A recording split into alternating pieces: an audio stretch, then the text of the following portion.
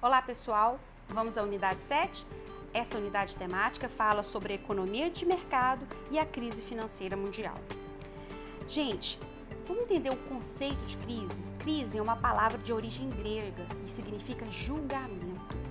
Segundo João Bosco Leopoldino da Fonseca, a palavra crise indica a postura dos seres humanos diante de um quadro de fatos que exigem sua análise, sua reflexão e decisão para tomar atitudes.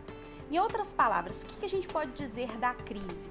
A crise é uma oportunidade de reflexão, um momento que se exige mudanças reais e efetivas para que a situação possa ser melhorada. A crise ela vai ser um fenômeno que vai acarretar mudanças de caráter econômico, social e vai exigir dos agentes sociais, dos agentes econômicos e sociais, uma reflexão de quais atos, de quais práticas podem ser realizadas para que uma mudança para o bem, uma mudança positiva possa ocorrer para que então aquela crise tenha fim. A crise ela pode ser altamente produtiva e ela pode vir a acarretar no final o crescimento do mercado e da própria humanidade. É até um contrassenso, Porque quando a gente pensa na crise que o Brasil está enfrentando hoje, em outros diversos países, a gente pensa, como assim isso é bom? Isso é bom porque a mudança ela vai acontecer necessariamente. E necessariamente essa é uma oportunidade de mudança para melhor, uma oportunidade de reflexão sobre os atos praticados que foram incorretos, sobre os erros cometidos, para que então possamos aprender com estes erros e mudar a postura e dar um passo à frente. Então a crise ela tem sempre que ser analisada, ela deve ser sempre observada sob uma perspectiva positiva, para que então, efetivamente, frutos bons possam vir da finalização e dos atos praticados para que a crise tenha fim. É importante salientar, eu preciso comentar com vocês sobre duas crises muito importantes que afetou e que ainda afetam o mundo de uma maneira geral, inclusive o Brasil. A primeira delas é a crise imobiliária dos Estados Unidos de 2008. Ela ficou conhecida como a explosão da bolha imobiliária dos Estados Unidos. Eu acho que todo mundo já ouviu falar disso. O que aconteceu para que essa bolha imobiliária explodisse? Foi muita especulação que aconteceu e em 2008, começou no início de 2000 e 2008 ela teve o seu ápice. Basicamente, o motivo dessa crise norte-americana de 2008 foi a falta de cuidado que os bancos tiveram em realizar uma análise do valor garantidor dos imóveis que estavam sendo hipotecados e a capacidade de pagamento no futuro daquelas pessoas que estavam tomando os empréstimos. Porque eles não estavam preocupados em analisar efetivamente o perfil do tomador do empréstimo. Eles estavam querendo fazer com que os recursos circulassem. E essa especulação toda começou a fazer com que os juros aumentassem, E os tomadores dos empréstimos eles se tornaram incapazes de honrar os seus compromissos. Consequentemente, a crise explodiu, a bolha imobiliária explodiu por causa dessa especulação e os Estados Unidos entrou em crise que afetou diversos estados no mundo. Na verdade, existem boatos que isso pode acontecer no Brasil também. Por quê? Porque os preços dos imóveis estão aumentando, os juros aumentando. Daqui a pouco, o brasileiro não vai ter condições de honrar também os seus compromissos, Isso é uma possibilidade, ainda não aconteceu, felizmente. Com várias questões que estão acontecendo no Brasil, essa pelo menos ainda não aconteceu.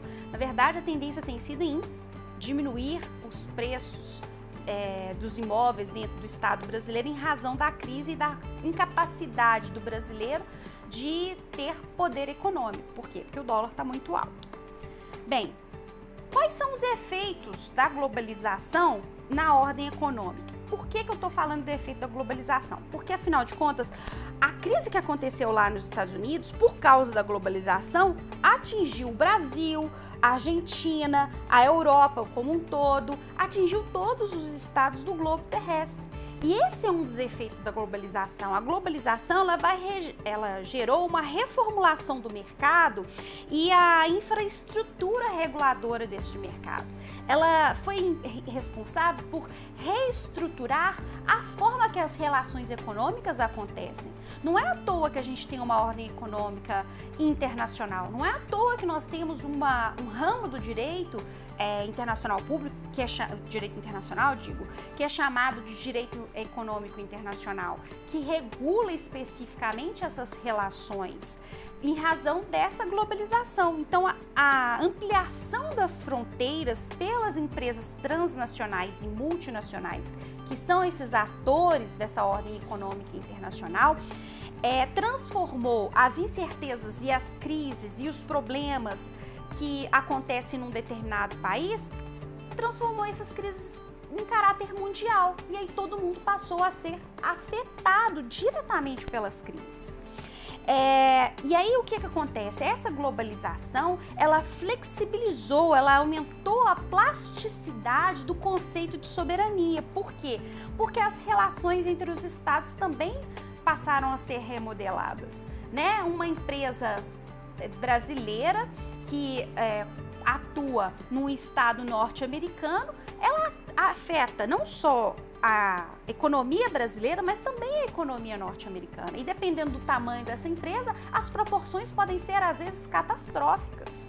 Não é verdade? Vamos pegar a Petrobras. A crise que o país está enfrentando também ocorre em razão da desvalorização das ações que a Petrobras passou. E o que acontece? A Petrobras, como uma empresa de monopólio, né, do Estado, e ela tem uma função essencial no Estado brasileiro, ela afeta diretamente o Estado brasileiro e ela afetou diversos outros países. Por quê? Porque nós temos acionistas internacionalistas, acionistas norte-americanos, coreanos e etc., que também foram afetados. Então, a globalização flexibilizou o conceito de soberania e tornou uma crise que teria um caráter local mundial, que é o caso que aconteceu, né, da crise norte-americana afetar todo o Estado brasileiro, aliás, todos os estados no globo terrestre. Agora eu preciso falar sobre uma outra crise, também consequência e posterior à crise norte-americana, que é a crise grega. A crise grega, basicamente, ela se resume no seguinte: o Estado grego, ele pegou muito mais, um empréstimo muito maior do que ele tinha condições de pagar. E aí os juros, sobre os juros, quebraram o Estado grego e impossibilitou que ele viesse a honrar os seus compromissos. Hoje, olha só para você ver a situação. Hoje, o Estado grego, a dívida externa do Estado grego é maior, é tão grande que nem todo o PIB interno do Estado grego é capaz de pagar metade da dívida internacional que o Estado grego possui. Para vocês entenderem o tamanho das proporções da crise que está ocorrendo na Grécia. E isso está afetando toda a Europa e outros países. Por quê? Porque, como eu disse, a crise hoje em dia deixou de ser regional, limitada a um determinado local, para atingir todos os outros países em razão da globalização. A globalização ela é extremamente positiva em diversos aspectos, mais positiva do que negativa, mas ela também tem seus aspectos negativos. Bem, eu fico por aqui então, eu espero que vocês tenham gostado dessa unidade. Qualquer dúvida eu sou sempre à disposição. Até a próxima!